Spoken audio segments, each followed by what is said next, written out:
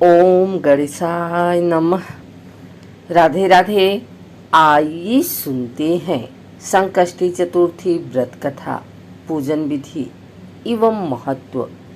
आषाढ़ मास के कृष्ण पक्ष की चतुर्थी तिथि को आषाढ़ गणेश चतुर्थी का व्रत किया जाता है। इस तिथि को कृष्ण पिंगल संकष्टी के नाम से भी जाना जाता है, क्योंकि इस दिन कृष्ण पिंगाक्ष स्वरूप में गणेश जी की पूजा की जाती है। हर माह 2 चतुर्थी होती है, लेकिन पूर्णिमा के बाद आने वाली चतुर्थी तिथि को संकष्टी चतुर्थी कहा जाता है। इस दिन भगवान गणेश और चंद्रदेव की पूजा अर्चना करने का विधान है।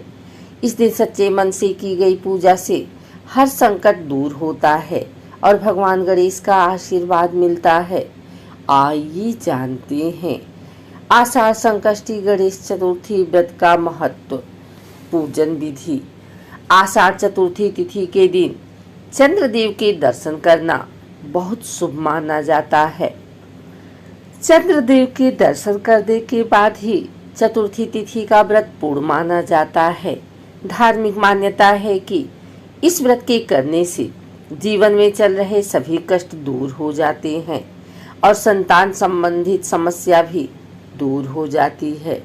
इस व्रत के करने से जीवन में धन धान्य की कमी नहीं होती और बदनामी का योग भी कट जाता है। इस व्रत के प्रताप से कार्यों में आ रही बाधा दूर होती है और धन व कर्ज से संबंधित समस्या खत्म होती है। चतुर्थी तिथि के दिन सुबह उठकर स्नान व ध्यान करने के बाद सूर्य को जल चढ़ाएं और फिर हाथ में चावल व जल लेकर व्रत का संकल्प करें। इसके बाद घर के मंदिर की पूजा करें और फिर एक चौकी पर लाल कपड़ा बिछाकर गणेश जी की प्रतिमा या तस्वीर स्थापित करें।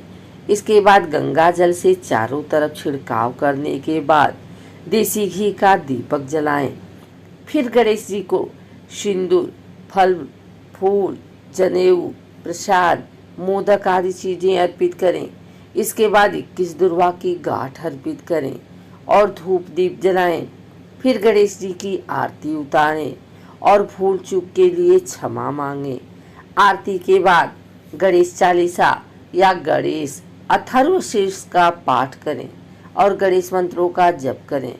सुबह पूजा करने के बाद शाम के समय में गणेश जी की आरती उतारें और फिर चंद्र दर्शन करें।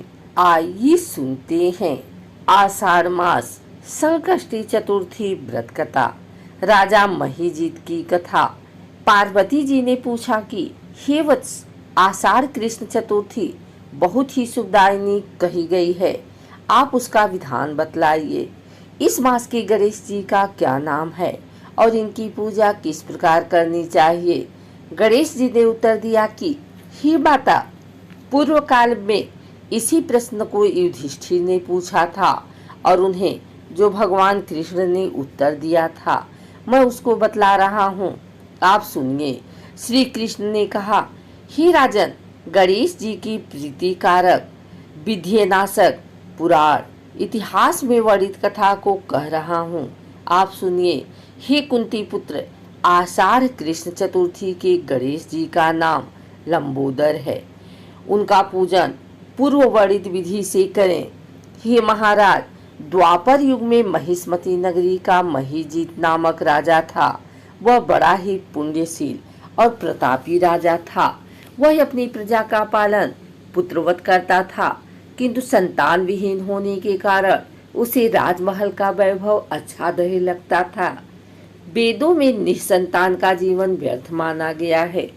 यदि संतान विहीन व्यक्ति अपने पितरों को जल देना चाहता है तो उसके पितृगण उस जल को गर्म जल के रूप में ग्रहण करते हैं।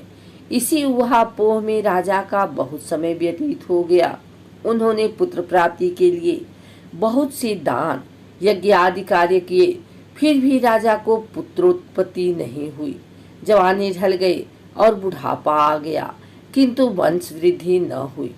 तदंतर राजा ने विद्यमान ब्राह्मणों और प्रजाजनों के संदर्भ में परामर्श किया। राजा ने कहा कि हे ब्राह्मणों तथा प्रजाजनों, हम तो संतानहीन हो गए हैं, अब मेरी क्या गति होगी। मैंने जीवन में तो किंचित भी पाप कर नहीं किया।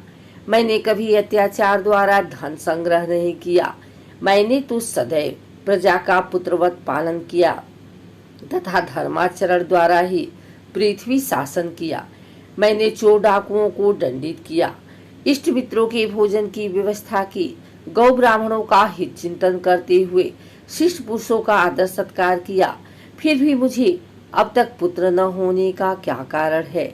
विद्यमान ब्राह्मणों ने कहा कि हे महाराज, हम लोग वैसा ही प्रयत्न करेंगे जिससे आपके वंश की वृद्धि हो।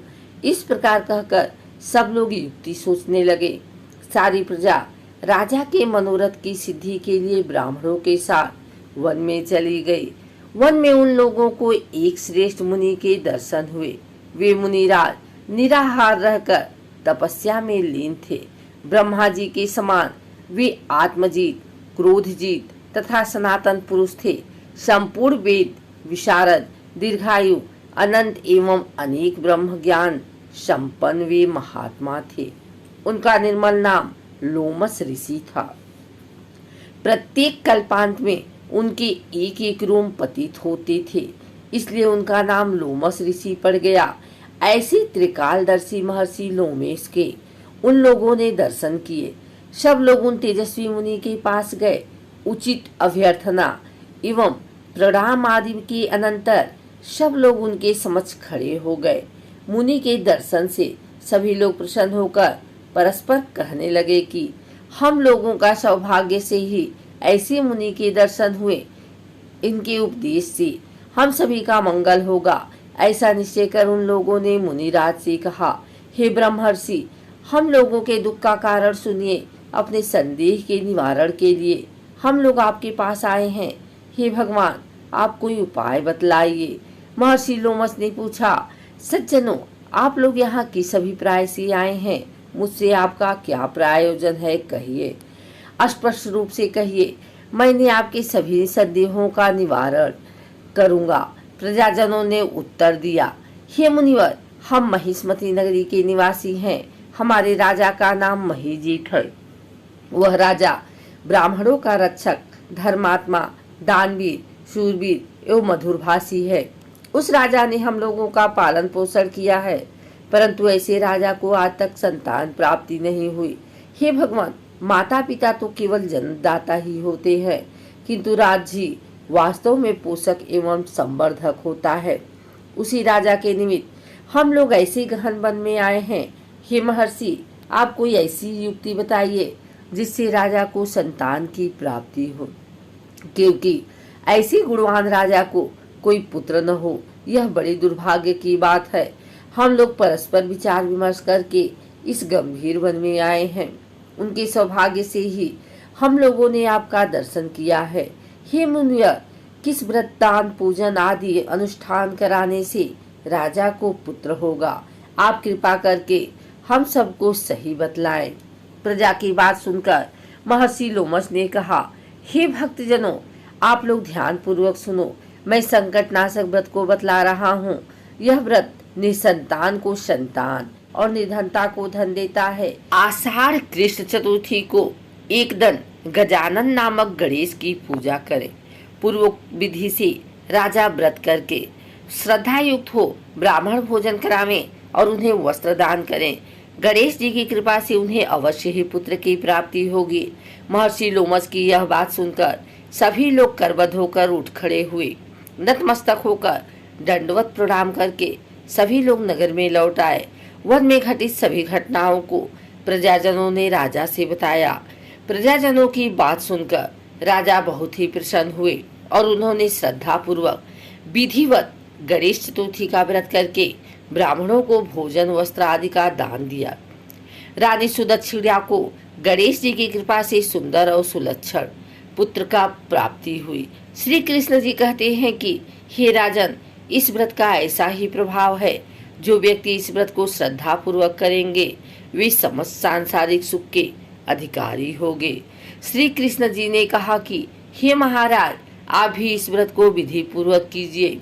श्री गणेश जी की कृपा से आपकी सभी मनोकामना पूर्ण होगी, आपके संपूर्ण शत्रुओं का विनाश होगा और आप अचल राज्य के अधिकारी बनोगे।